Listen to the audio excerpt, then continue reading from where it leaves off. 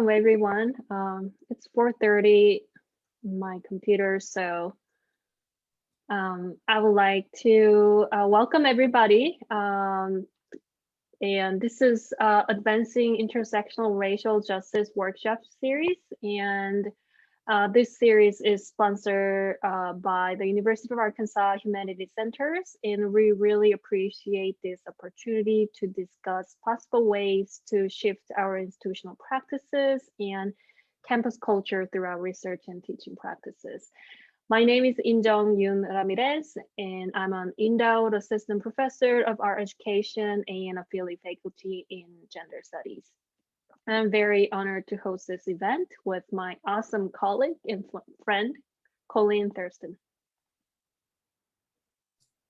Thank you so much, Injeong. My name is Colleen Thurston, and I'm an assistant professor of journalism and strategic media at the University of Arkansas. Some of you might know it's become kind of commonplace to give a land acknowledgement before conversations, at the beginning of meetings, at the front of your syllabus, in your classes. There's been a lot of conversation about these, and I think most of us here might have mixed feelings about them. But the acknowledgement I'd like to give today really is meant to ground us in the place and give us a bit of context for the land on which the University of Arkansas is situated. And just so you all know, I'm an enrolled citizen of the Choctaw Nation. The Choctaw Nation is really a neighbor to Arkansas. We're located in the southeastern corner of the lands now known as Oklahoma, which comes from two Choctaw words meaning red people. So we claim that land as belonging to us and as us being stewards of that land. But as a colonial institution, I'd like to start off by acknowledging the roots of the University of Arkansas, which are grounded in the seizure of indigenous lands and the forcible removal of indigenous people from this land now known as Arkansas. This is the ancestral homeland of the Wasaji, the Osage Nation, whose land was seized by the federal government and who were forcibly removed into the area now known as Oklahoma in order to open up this area to white settlement. The University of Oklahoma as a land grant institution exists due to the Morrill Act, which was a federal policy designed to profit off of the seizure and sale of indigenous land to create institutions of higher learning. Land from 142 distinct tribal nations, most of whom are located in the American West, was seized through force and coercion and sold in order to provide the seed money for the purchase of the land in Fayetteville on which the university sits. As a colonial land grant institution, we have a responsibility to all of these indigenous people and nations affected. So thus begins our conversation today. I'm going to put a link in the chat if you'd like to know all 142 of the nations whose land was stolen in order to create this university. You can find out more information there. But with that, I will pass it off to Injeong and to our panelists for their introductions. Thank you all so much for being here today with us for this very important conversation. Thank you, Colleen, for beautiful and very critical acknowledgement. So today we'll have two panelists, Kalyn and Ben, for our discussion. And after their presentations, we'll have a discussion with some follow-up questions, and then we'll open up for more questions from audience. Okay, so let me introduce Kalyn. Kalyn Faye Barnoski is Tulagi Muskogee and a native Oklahoman in the thesis year of their Master of Fine Arts in Printmaking at the University of Arkansas. They earned an honors BFA from Rogers State University in 2012 and a Master of Arts from University of Tulsa in 2016. They're interdisciplinary artists working within digital, print, and sound platforms as it relates to Cherokee ways of knowing and in relation to land and people. The work and practice are always for me, for you, and for us. And our second panelist, Benjamin Ramirez, is currently a PhD candidate from the University of Arizona in the College of Education. His dissertation work is concerned with the decolonization of memory and how US high school history textbooks play in securing settler futurity through settler narratives. Ben is also a descendant of the Saginaw Chippewa Indian tribe of Mount Pleasant, Michigan, and has been pursuing his own personal and professional form of decolonization by reorienting himself towards Ojibwe ways of knowing and being, along with reclaiming his Ojibwe language through his father. Finally, he's currently instructor in English at Northwest Arkansas Community College, where he's teaching intermediate writing. Okay, without further ado, I'd like to welcome both panelists today and pass it over to our first presenter, Ben, who will talk about settler colonialism and settler colonial narratives.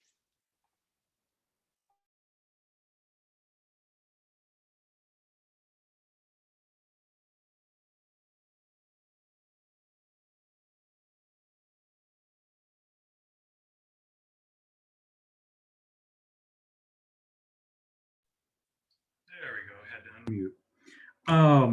Can you all hear me? I think we can. Okay, great. Buju nindinwe maganan, anin, mishkub nindishnakas, makwanan doden, ojibwe zibe ndunjaba, miigwich. So what I said there was a traditional protocol greeting, and I basically introduced myself to you in Ojibwe, and one of the things that we do is we introduce ourselves to all of our relatives. And yes, you are my relatives, which is a very important thing, which is why I must extend that respect and introduce myself in that traditional way. So yes, in English, my name is Benjamin Ramirez. And actually, thank you for that introduction. I actually provided both of my email addresses in case you are eager to contact me. I check both of these emails every day. So if you have any other questions for me, if we don't get a chance to talk, go ahead and you can go ahead and send me an email. So before we begin, I do want to offer a content warning. I will be talking about the manifestations of genocide and its change through time. And furthermore, I will be discussing some of the undergirding ideological positions that promote genocide in all of its formations. So what is settler colonialism? Well, it is an indication of long-term genocide. And I actually take the time to talk about Patrick Wolfe and his work, especially with his work, this 2006 work, which is Settler Colonialism and the Elimination of the Native. It is from Genocide Studies. I would highly recommend reading this to learn more about settler colonialism. And he, although he is not the first person to write about settler colonialism, it was this work that kind of reignited that academic interest in settler colonialism. But anyways, the purpose of the long-term genocide then is the acquisition of land, resources, and labor. I'll actually be tying that into some of the other points that I have in this slide and then throughout the rest of the presentation. But Wolfe also indicates that settler colonialism destroys to replace. This is actually a really big concept within settler colonialism, and I'll talk about that in the upcoming slide. But what this does is this process of replacement kind of creates a settler distinction. So what's happening is the settler society is making itself different from its original metropole. So as we take a look at settler colonialism within the United States, we see those differences happening, cultural and linguistic differences occurring in the United States from the early colonial period up until now, with similarities in there as well. But this actually points us to the civilizing mission of the settler society. So in colonial societies, there have been many different civilizing or colonizing missions that focus on improvement or improving, in the broadest sense, the nations that they colonize. So for example, we hear a lot about bringing democracy to different nations who need to be, or who need to learn how to be proper humans, or there are claims to, oh, these people, right? It's that usually us versus them. These people are not using the land properly, so on and so forth. So that's within the U.S. The settler U.S. What this means is the colonizing mission is actually going to be different from those ones, in the sense that with Jay Sakai, his work here, it was this alone that drew so many Europeans to colonial North America.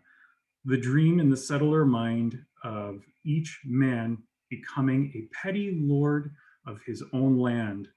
Thus, the tradition of individualism and egalitarianism in America was rooted in the poisoned concept of equal privileges for a new nation of European conquerors. And the main part of that is the petty lord of his own land. This is getting at this idea of property, of ownership, and the maintenance of property and ownership.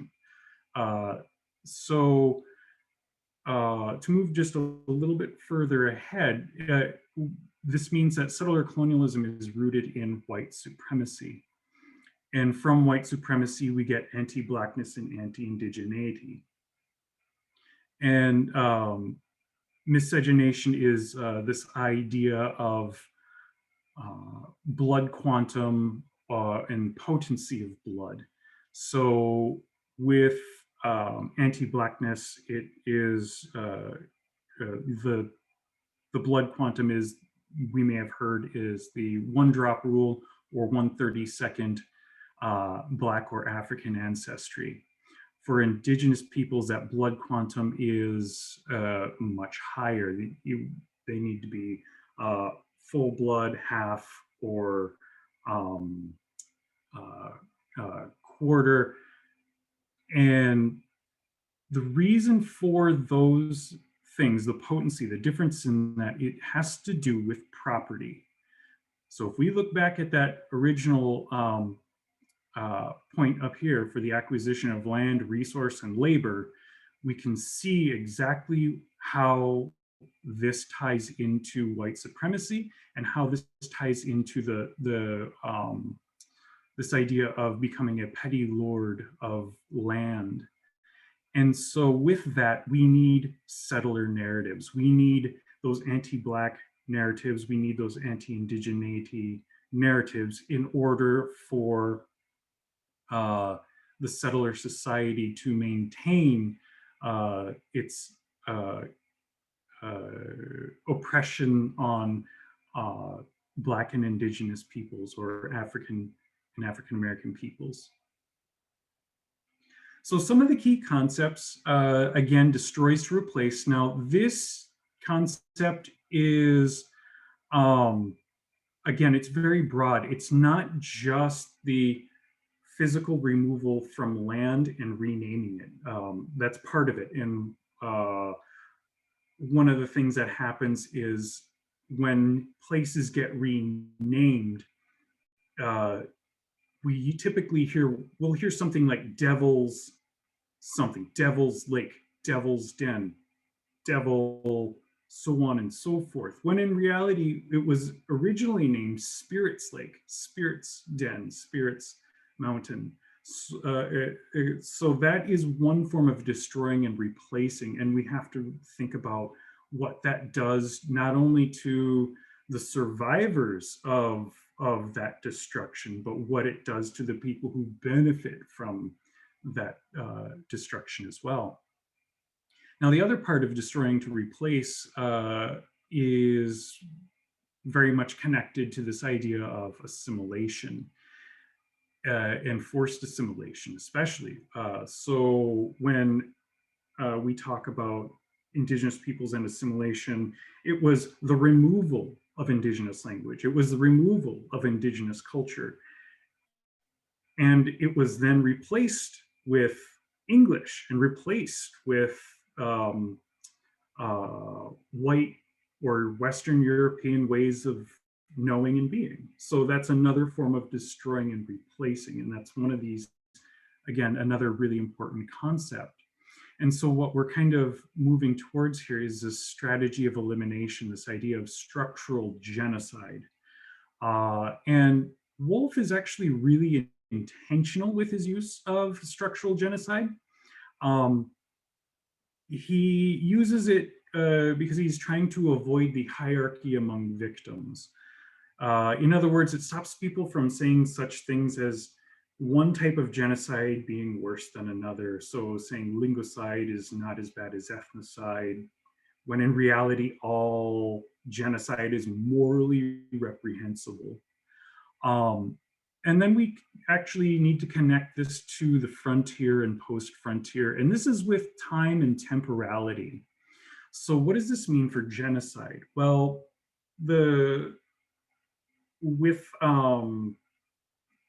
when the settlers were moving from the East Coast to the West Coast, that is considered the frontier period. That frontier period is marked by overt forms of genocide and removal and killing. But once the settler reached that West Coast, it then starts to morph into the post-frontier.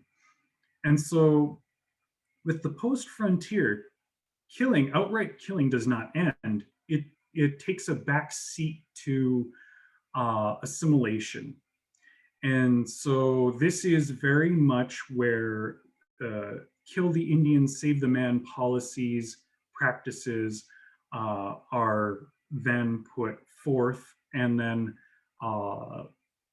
that moves through time. So we are actually still now today inside this post-frontier form of settler colonialism. So that has a whole bunch of implications, one of which there's a reason why I, as an Ojibwe person, am speaking to you in English today as my first language rather than my second language. There's a whole story there, and what this does is it actually tells us that history, the past is intimately connected with the future, with the present, and will be with the future. So settler narratives, these are the stories the settler society creates through its institutions to tell itself about itself and in relation to marginalized peoples for the general population to consume and ultimately reproduce. So for example, institutions will create these ideas of, say, Columbus discovering America, and then that gets disseminated to textbook manufacturers and teachers, and then those ideas get disseminated to students and all other peoples, and then we see those ideas becoming quite common, and we see them repeated in classrooms and in other settings too. So settler narratives are primarily found in US history textbooks, but are also found in popular media, such as news, social media, music, art, and other forms of cultural items meant for our consumption, and reproduction. And essentially, this is the reinforcement of settler hegemony, or the homogenization of thought and way of thinking about ourselves in relation to the settler society. Where are we? And so there is this level of invisibility. I went like this to around in to indicate parenthesis, because it is invisible for some of us and very much visible for others who are living within this settler society. So then settler narratives, they actually stretch across the political spectrum. It doesn't matter if you are a liberal, it doesn't matter if you are a Republican. You have access to these narratives. On the Republican or right-wing side of things, it might be this idea of maintaining American traditions. If it's on the liberal or left side of it, it could be this idea of social progress. And how social progress plays through is typically in terms of assimilation. So what that means is that these things are easily mobilizable. So some popular narratives in textbooks, but we have the conceptualization of land. So terra nullius, this idea of no man's land, or excuse me, no one's land, empty lands. And then indigenous peoples in relation to that are just considered the stewards. And then this idea of land can be legitimately claimed for the settlers. There's also this idea of romanticization of wilderness. This idea that it is untouched, it is virgin, it is pristine. And then some of those themes would be, overcoming adversity, manifest destiny, human versus nature. There are the conceptualizations of indigenous peoples which are connected to land, which are the savage, the noble savage, the downtrodden Indian, and with some of those themes we hear, indigenous peoples weren't using the land properly, or indigenous peoples didn't have a concept of property. This is by no means an exhaustible list. And then again, this idea of liberation. To whom does liberation apply? Again, that's rooted in white supremacy. It's rooted in this idea of becoming a petty lord of land and how that gets maintained. Now, I don't want to just harp on this idea of genocide because with this, we would miss something that's also really important, which is decolonization and survivance. So we must remember that decolonization survivance is the absolute assertion of African, Black, and Indigenous humanity in the face of white supremacist, settler, post-neocolonization. Decolonization and survivance are a response to the processes of destruction and replacement. It is an acknowledgement of indigenous epistemologies and ontologies that are antithetical to settler hegemony, in that they offer different ways of being human, different ways of knowing, different ways of relating to the world around us. And again, that's part of that invisibility that we have from these perspectives. And one thing I do want to point out is that decolonization is not a return to the past, but a return to the ways of being human in our current era. What is it? So, like I said earlier, I am relearning those Ojibwe ways of being. And part of that are the 7 grandfather teachings. And with that, I ask myself, what does it mean to be a compassionate teacher? What does it mean to be a compassionate educator? What does it mean to be, or what does it mean to have integrity as a scholar? What does it mean to have integrity as an educator? So that's what we mean by decolonization. We are bringing those teachings back to the forefront of our way of being. So I do want to, this is a little backwards, but this is actually from the United Nations. This is the Convention on the Prevention and Punishment of the Crime of Genocide. And this is the reason why Patrick Wolf talks about it in terms of structural genocide. We have killing members of the group, causing serious bodily or mental harm to members of the group. We can think of eugenics. We can think of the boarding schools with that one as well. Deliberately inflicting on the group conditions of life calculated to bring about the physical destruction in whole or in part. Reservations were part of that.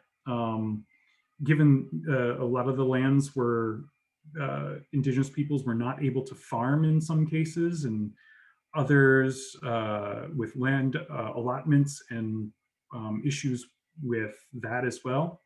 Imposing measurements intended to prevent births within the group, that again, back to that eugenics part of it, and then forcibly transferring children of the group to another group. Boarding school, that's boarding school stuff, but then we also have more modern ways of taking indigenous children away from their families. I want to thank you for your time. Again, if you have any questions, I did provide my email, and I will actually hand this back over to the panel.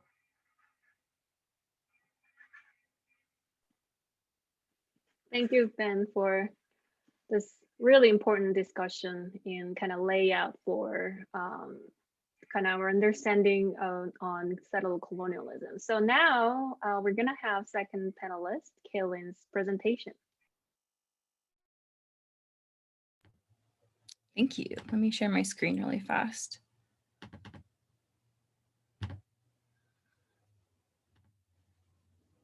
Okay, can everyone see that and hear me? Great. So first of all, wado mado to Injeong and Colleen for having me here. I appreciate the platform and their dedication to platforming voices that center themselves outside of the Western sphere. Their friendship and allyship while I have been at the University of Arkansas has been immeasurable for me. Next, thank you to Ben for contextualizing settler colonialism so eloquently. I really appreciate your insight and the time that you are taking to be here with us today. I'm also appreciative of a newfound kinship between us, and I'm looking forward to more conversations with you in the future. So Osio Tunali'i, Kalyn Faye Barnoski Dawadoa.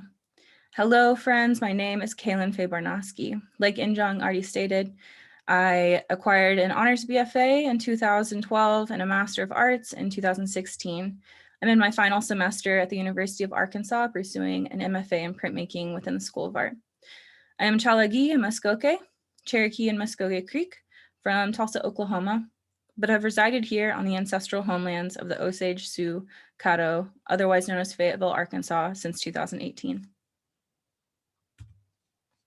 Before I move any further, I want to speak directly to all of you here who come from diverse and intersectional backgrounds. For those of you who feel unworthy of this space, who feel the imposter syndrome every day, who question if being here has any importance at all, and who may feel like a burden at times, your knowledge, your points of view are so worthy of this space. In fact, they are of more worth than any institutions historically or presently deserve, and it is a gift for you to be sharing your knowledge with them. Please keep that in mind as you pursue your degrees, teach your classes, walk these halls. Please do not ever forget the importance of you being here, if not only for yourself, but your own cultures and communities. You are your ancestors' greatest dream, and someday someone will look back on you similarly, knowing that you carved out a space for them as well. I see you and I appreciate you, Wado, for holding this space with me presently. So Colleen kind of touched on this, but let's talk about settler colonialism in the classroom. Let's begin by getting this out of the way. The University of Arkansas is a land grant institution. I include that first because I want to recognize that this institution came to be through the Morrill Act. This meant that land was given to states to start colleges while land was being actively stolen from the original indigenous stewards by the US government, alongside a route of the Trail of Tears in which many tribes were forcefully relocated and made to walk from their ancestral homelands to small territories within Oklahoma. So let me say again, this land-grant institution is a product of settler colonialism and continues to perpetuate settler colonial ideologies on stolen land. This might be known to many of you already, which is great. However, this might be news to others, so surprise.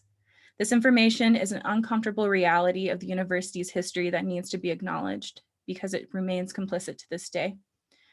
By sharing this base information about how the university even came to exist, by remembering and knowing where it comes from, I hope I am able to give us a jumping point into this conversation. In order to confront settler colonialism, we must ask questions and we must take action. We must be aware that in asking questions, we ourselves will most likely be complicit in settler colonial ideologies. We must be aware that in taking action to disrupt our own complicity, we will feel uncomfortable and it will be difficult. Both of those feelings are valid, but are not reason enough to shy away from disrupting oppressive systems. So the question I want us to ask today is, who holds the power? This question is going to look different for different people because power isn't always evident to those holding it, but it is evident to those it is held over. Power is intersectional and it comes in many facets. There's power in hierarchical positions and numbers. There's power in centralized knowledge. There's power in comfortable alignments. These are just a few, but I believe these are readily present dynamics within the classroom that we can point to. So let's talk about power within hierarchical positions and the numbers that reinforce them. Some are very clear. Faculty and staff over student, administration over faculty, deans over administration, chancellor over deans, president over chancellor, trustees and regents over president. To a student, this may feel unnecessary to point out or unrelatable, but please hear me out. The trustees are the board that make the decisions for the entirety of the university. Just as an example, this university is made up of a board of 10. Currently of the 10, there's 1 Black male, 1 white woman, and 8 white men. Already we see a centralization of a point of view and understanding, that of the white male. So then let's move on because there seems to be a clear pattern for the indication of hierarchical power, even here. Every president of this university's history has been white male. Every chancellor of this university's history has been a white male. Of all the deans and associate deans in the university, 46% are white male, 39% are white female, 14% are non-white male, and exactly 0% are non-white female or anyone coming from outside the binary. Without breaking it down too much further, 77% of all faculty are white, and finally, 78% of all our students are white. So you see, those who hold the positions of power to make decisions in the university are primarily and overwhelmingly coming from the perspective of whiteness, controlling the numbers, the majority. They hire coming from a value system that is entrenched in a white perspective, and they admit students who also come from the same, thus perpetuating the settler colonial ideology of reinforcing hierarchies. I placed U of A under a microscope here, but this is a prevalent pattern in most universities across the US. Those who abide by Western knowledge systems hold power within the university, and in turn that Western knowledge is placed as the pinnacle of understanding and being, which is then reflected within every level of the institution, all the way to the classroom. As an Indigenous student, I rarely see myself reflected at the university level, much less within the classroom. I feel an immense pressure, as many diverse students do, to overperform, which makes sense considering the myth of meritocracy present in settler colonial ideologies. However, this overperformance for me is for 2 reasons. Since I am marginalized on campus, I might be your only interaction with someone Indigenous. Your perspective on indigeneity could be shaped solely by me because there is no other Indigenous people for you to interact with to better understand indigeneity, much less anyone coming from my specific tribal nation's knowledge. But that's a whole other conversation, and I will not get started on it right now. Basically, I have to constantly work to show everyone that I'm worthy of the space I hold, knowing if I represent myself in a way to those that hold power are made to feel uncomfortable, who knows when another Indigenous student will get an opportunity to be here. I also feel pressure to overperform in a way that aligns with those who hold power because of tokenization. Because there are so few diverse students, we are pit against each other for opportunities within academia. It forces those coming from diverse backgrounds to place the idea of individual success over our relationships with each other, which is the antithesis of many diverse students' upbringing. This is the same for faculty, staff, administrators, etc. There are only a few diversity spots to fill, so they are tasked with working against each other and not with or for each other. They must be aligned with hierarchical power structures that still reinforce a settler colonial narrative for fear of erasure of representation. Assimilation, so that our images don't become ghosts of the university. Now let's talk about power and centralized knowledge. As I mentioned, Western knowledge systems are the highest valued within institutions. Because Western knowledge is placed as the highest knowledge, and that narrative keeps finding itself reflected and validated by other institutions, systems, and people that also value Western knowledge, the cycle keeps regurgitating itself, and it harms anyone who does not come from a value system based on Western knowledge. Historically, I can point to boarding schools of the early 20th century. Indigenous children and young adults were taken from their homes and placed in boarding schools, forced to wear specific styles of clothing, forced to cut their hair, forced to speak English. They were punished physically and emotionally for speaking their native language or practicing any aspect of their cultures. They were required to assimilate to centralized knowledge and values or watch the future of their tribal nations dwindle. To the left is a physical manifestation of forced assimilation into centralized knowledges. This is my great-grandfather, Cat Barnoski, pictured to the left, who was forced into Carlisle Indian School. The school's mission was to kill the Indian and to save the man. So the legacy of this traumatic relationship to centralized knowledge continues to affect the generations that have followed. Presently, there are many ways this affects the classroom.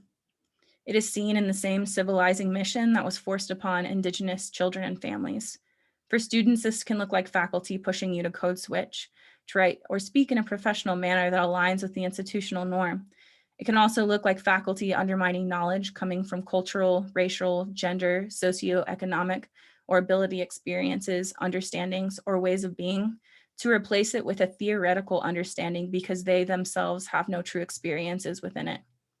This theorizing to death can come at the detriment of students' relationship to their support networks and communities, further separating them. For faculty, this can look like pressure to code switch themselves or make students code switch so they can be quote unquote successful within these institutions and systems. It can also look like exempling people and ideas that align with Western knowledge at the forefront within curriculum. For me personally, the power that centralized knowledge holds in the classroom has looked like being required to learn a Eurocentric Western history, a colonial history tragic for so many people, as Ben pointed out. It has looked like departments continuing to marginalize decentralized knowledges, presenting them as alternative when they should be and are equivalent. It has looked like requiring the idea of professionalism, and professionalism meaning cold, objective, relationless, and emotionless, when the reality of my Indigenous understanding, many diverse understandings, and a true depiction of societal understanding comes from the ability to be emotionally reflexive and present with one another. It has looked like pushing individualism and the idea that the most valuable form of creativity and ingenuity comes from a singular person, when collective understanding and collaborative efforts create greater change. And it has looked like a lack of available resources. And I don't just mean financial, I mean educational resources for me to look to, like a comprehensive compiling of people and their work that delve into diverse knowledges and are as readily available as the Western knowledges at the university. Lastly, in questioning who holds the power, I want to address the power that aligning with comfort holds. It is evidence in most of the points I have already brought up, but I would like to address it a little bit more. Aligning with comfort, for lack of better words, means aligning with the values that are comfortable for you or are comfortable to a group that holds power. Basically, it means going along with the status quo so as not to disrupt. But really, that is only beneficial to those who hold that power, not those who suffer within these structures. It is the continued understanding of complicity with no action to change, and the burden lies with the dominant society, those who hold the power. It does not lie with those who suffer under that power, but for so long, and even now, many of us are expected to hold that burden. Student peers, faculty, administrators, staff, deans, chancellors, presidents, trustees have pushed that burden onto those who come from intersectional backgrounds. They create DEI positions and fill them with one person of color, asking and expecting that one person to solve all the problems instead of questioning their own complicity. They offer one or two diverse faculty members, asking them to represent, teach, and be knowledgeable in all diverse knowledges instead of taking responsibility to learn those diverse knowledges themselves. They require students who want to work within their intersectional knowledges to recontextualize their knowledge so that in a way that feels comfortable to them. Again, it is all about the alignment to comfort. But in all honesty, we cannot disrupt settler colonialism. We cannot truly be a diverse, equitable, and inclusive institution if we are not disrupting our own comfort. So now I want to present a few actions we can take on the classroom level to confront settler colonialism. I want to throw out this disclaimer though, that it cannot and should not be something we only confront within the classroom level. It has to be confronted in all facets of the university, especially within hierarchical positions of power, to create a truly sustainable change. It must also be confronted globally, nationally, and most importantly, within ourselves. So first is place value on discomfort. When I say this, I don't mean discomfort for students coming from intersectional backgrounds. We are uncomfortable. We have been uncomfortable. We are constantly having our viewpoints challenged and burdened with validating ourselves in these spaces. When I say place value on discomfort, I mean placing the value on the discomfort of power holders because the burden of undoing lies with the dominant power. Next is radical collaboration. Do you all know what a DEI classroom actually looks like? It looks like building things together, asking questions together. We create diverse, equitable, and inclusive classrooms and institutions by collaborating equivalently with people who come from diverse intersectional understandings outside of Western hegemony. It may sound too easy, but as most universities are predominantly white, there won't be radical collaboration until we start involving more diverse employees and students throughout the university. When I say radically collaborate, I do not mean burn everything to the ground. What I mean is a university's main objective is assisting in the pursuit of knowledge, and true knowledge is diverse. This means not just incorporating Western knowledge, which cannot account for all perspectives, but equivalently incorporating all diverse knowledges. I'm not trying to take away the knowledge that has been built already. It's important to look back on things so we do not forget the implications of that knowledge. What I'm asking for is an even playing field for all knowledge so that we can begin to have conversations, important dialogue, so that we might be able to create new, expansive knowledge together.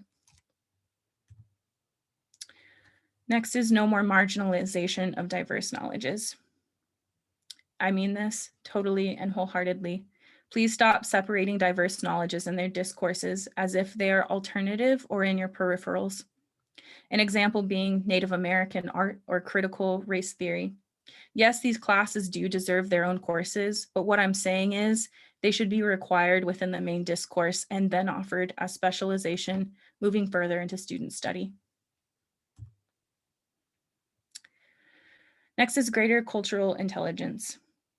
Stop allowing faculty to continue to teach this same knowledge for years and years. Place some sort of reviews of curriculum and actually enforce them. In the words of my friend Osage artist Lydia Cheshawala, in a recent conversation I had with her, the classroom, the university, should not be a stronghold for archaic thought. Don't just bring in diverse faculty, as that again places the burden on that faculty to teach students and their peers, but require a more expansive research practice and understanding from all faculty.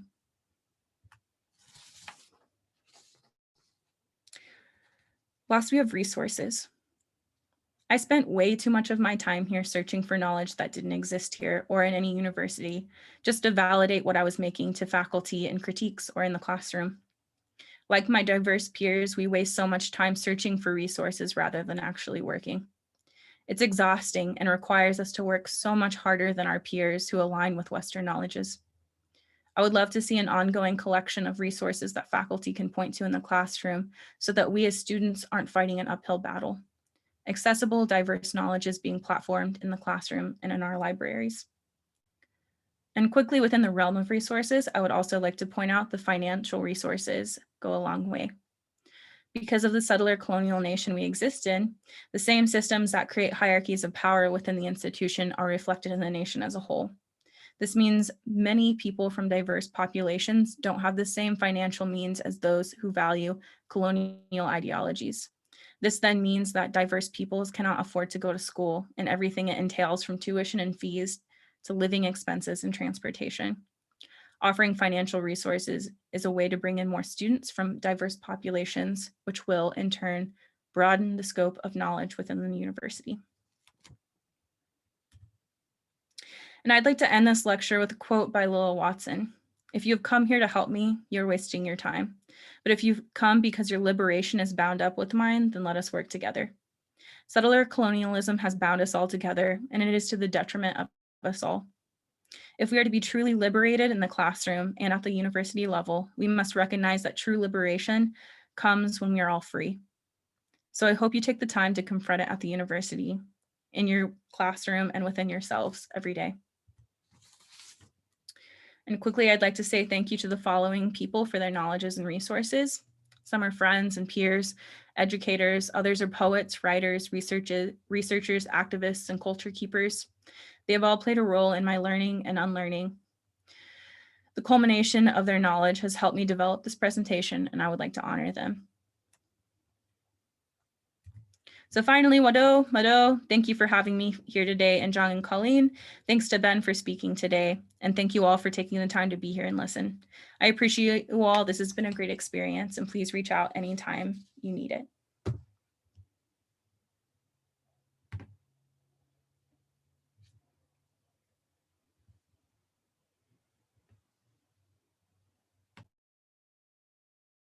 I'm that person. I'm on mute and I'm trying to talk. Thank you so much, Kalyn. That was very powerful. And Ben, thank you as well for presenting and sharing your perspectives. We are going to share questions from you all. If you want to put them in the chat or in the Q&A box, I think we can see them either way. I really want to acknowledge the effort and the time and the energy that goes into these types of presentations, and the fact that I think we all feel that we have to do these. We have to do them in order to be recognized in these kinds of institutions. There is so much work to be done in these institutions to create radical change. Kalyn, I really appreciate you giving us action steps. That's what we need to hear. And that's what we need to take with us into the classroom and really outside of the classroom as well.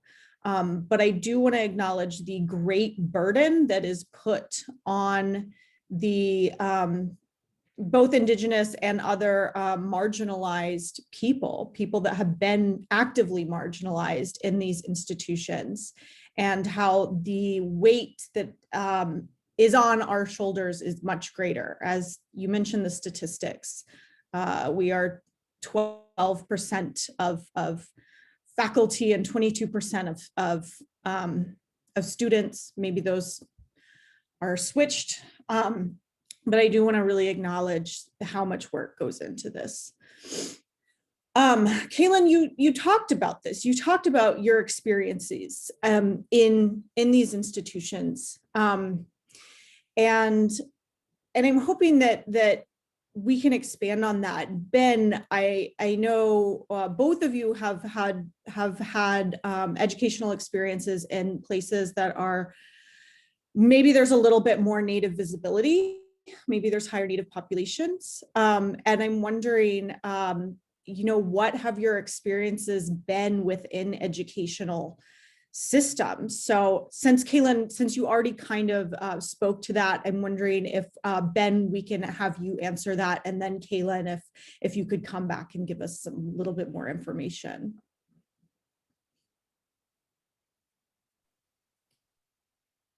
Yeah, so my experiences with schooling as an Indigenous person within the settler U.S.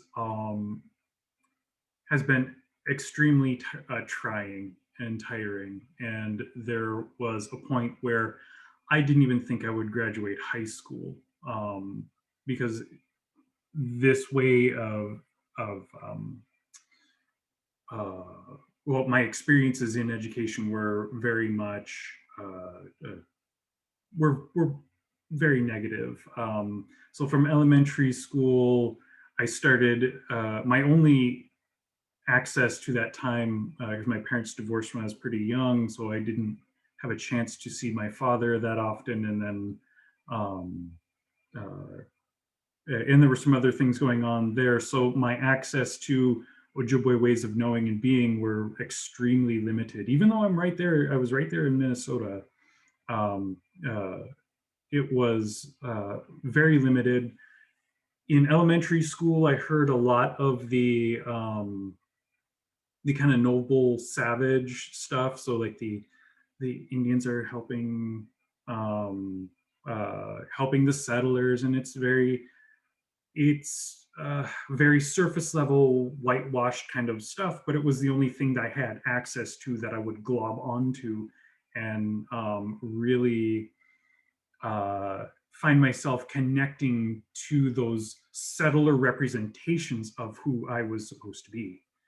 And then right around 4th grade, that's when I start hearing the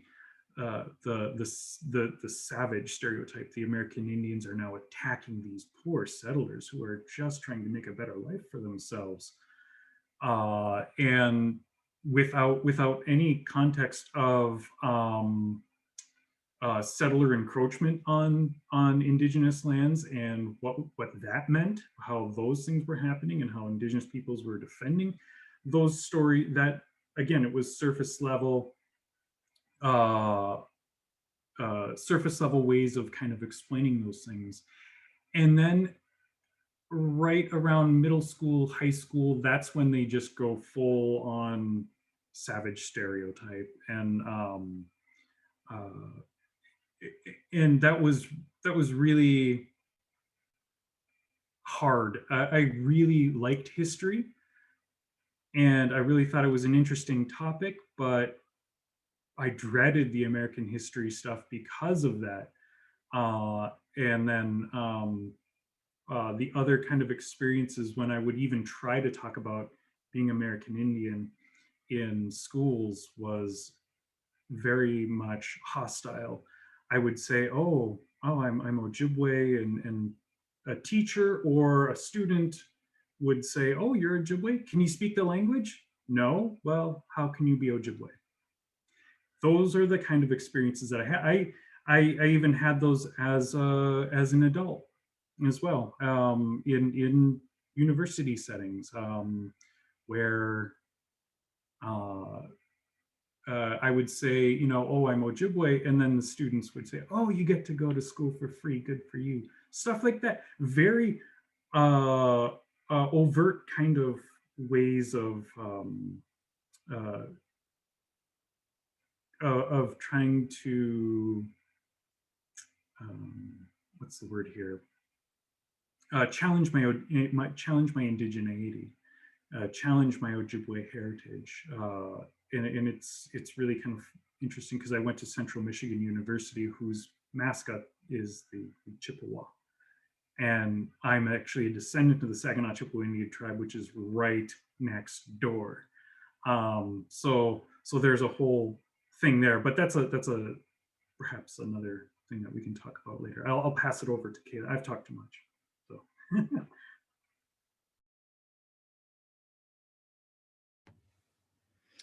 I think I went pretty hard in my lecture, my presentation. So my experiences have been varied because yeah, I don't know.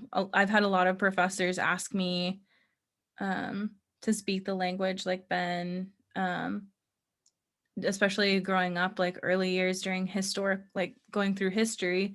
I had a lot of teachers ask me about what it's like to be Native, but not in a way that's like actually caring. They wanted to use me as the one Native student in the classroom to talk about my experiences and then represent all Indigenous peoples with that one experience.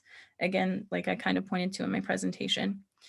And I've had a few experiences even now that have not been wonderful, talking about my blood quantum versus if I'm visibly Native, in one of my first critiques here at school.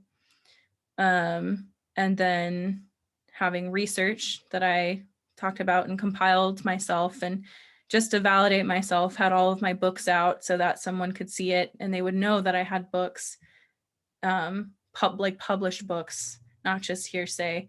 And then yet again asked me where my research was when it was sitting in front of them. So I've had not great experiences. But I've always, like, obviously I'm in school, I've been in school a lot. I just want to carve out a space for other Indigenous students. But it is really trying and it's tiring and it makes you really sad sometimes, and makes you want to search out other people who are like you. Yeah. Mhm. Thank you.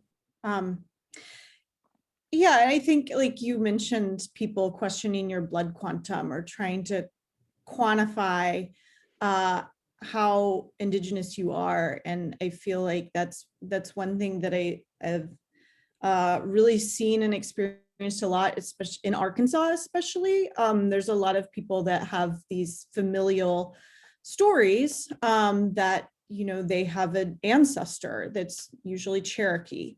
And I feel like that, to me, that serves as this tool of white supremacy to erase us. So our Indigenous existence is equivocal to theirs, which is just a myth or a family story. And you know, Ben, you've defined what acts of genocide look like.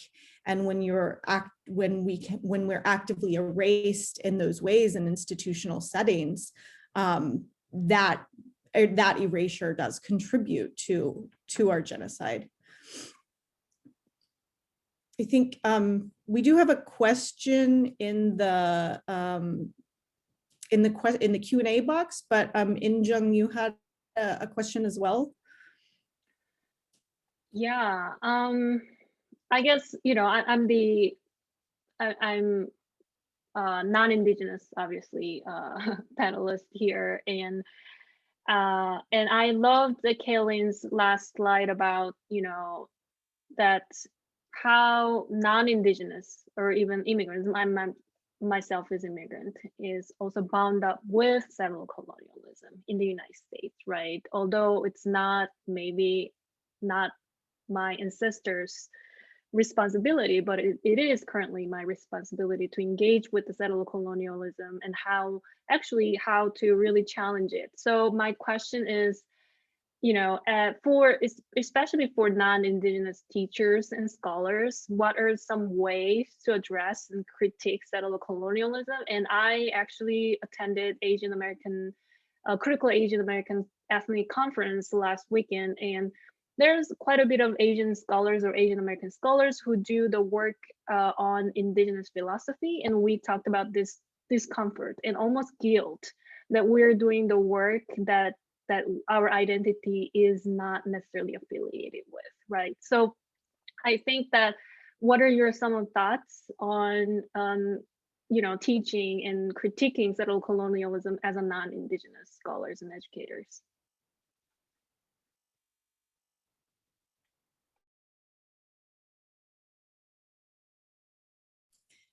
Ben? Okay, I wasn't sure if we were going meet and get okay. So very very quickly, I would actually start by learning about settler colonialism. Very first thing, start there. Read Patrick Wolf's work, his article, Settler Colonialism and the Elimination of the Native. That should be your starting, that should be one of the starting points.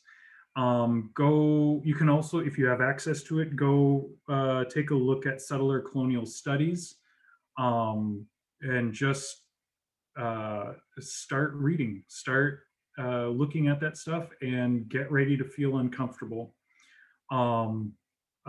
Just as Kalyn was talking about earlier, and what's been kind of echoed, non-Indigenous peoples need to start feeling a little bit of discomfort, but that discomfort should be a learning point, not something to avoid, but to learn from it. What is it about this that is making you feel uncomfortable? So I think that is where I would start. And then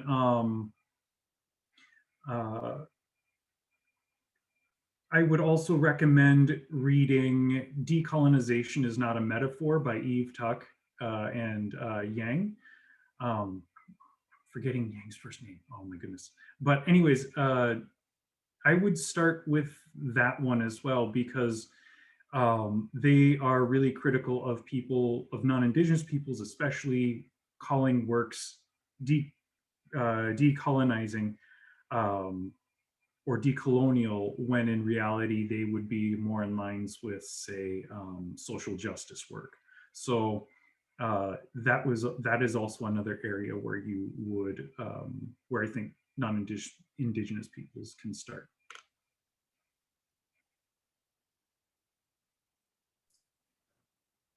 Kalyn, you've given us some tangible action items, but I'm wondering if you have anything else to add to that. Yeah, I think probably number one is self-locate. So recognize where you are in the space and the power that you hold or don't hold.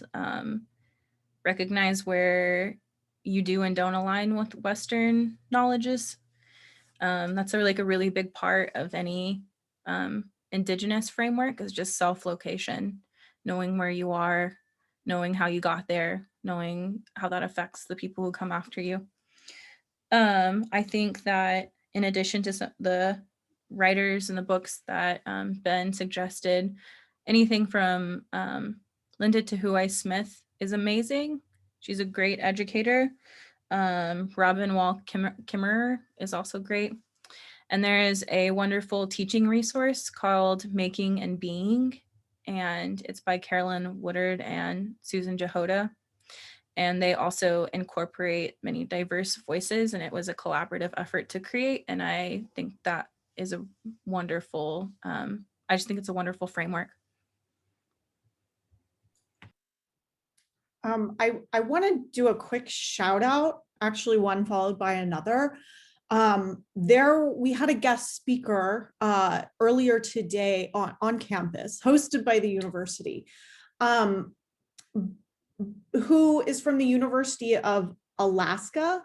And the University of Alaska at Anchorage has a Alaska Native Gen Ed requirement. It is a public institution, and it requires this general education requirement.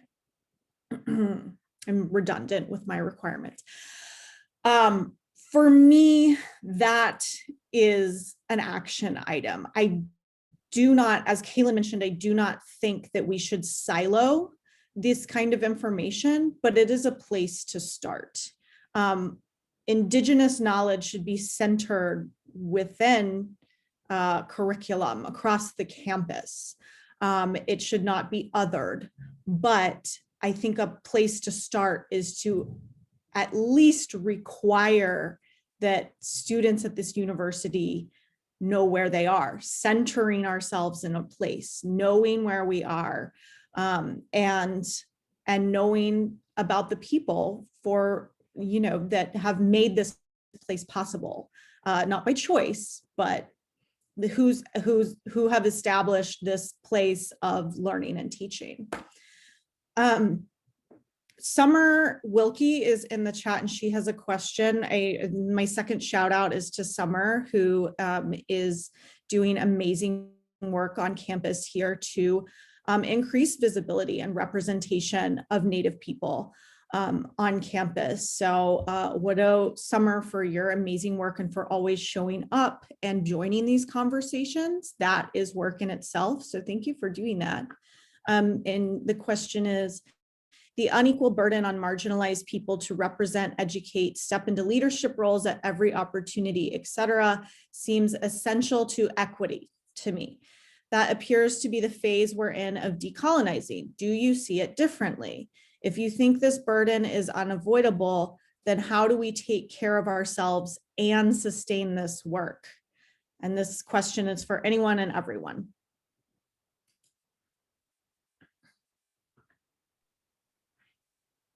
So I think when it comes to those kind of issues with diversity, with Indigenous peoples, it should be Indigenous community led and not university led. So there needs to be the Indigenous communities should be the ones kind of laying the foundation for the relationship, if it's going to happen and how it's going to happen, and whatnot. And I think in some ways, universities can work with Indigenous communities to develop other ways to recruit and other ways to think about how they view and value Indigenous peoples, their communities, and way of being as well.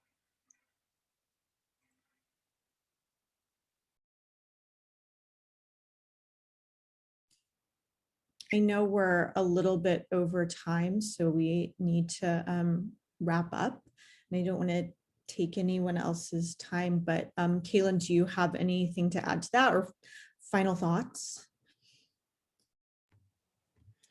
To speak to Summer's question, it's unfortunate that we have to do this and are constantly having this burden of forcing ourselves through a system so that we can attain these higher positions. So then that we have to then force other people to do this. I wish it could be more of a collaborative effort because it's just not something that's sustainable, mentally, physically, emotionally. But right now that's kind of the reality of what it looks like. And it sucks. But I think by taking care of ourselves, it's just building that community and not letting these systems separate us from people who share, people who we care for, our support networks, our cultural communities, finding each other, and just taking time to care for our relations with each other is how I think that we're gonna get through all of this.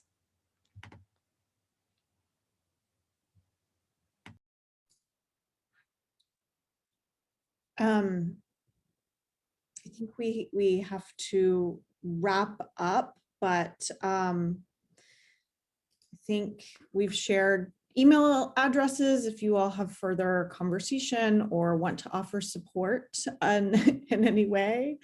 Starbucks gift cards.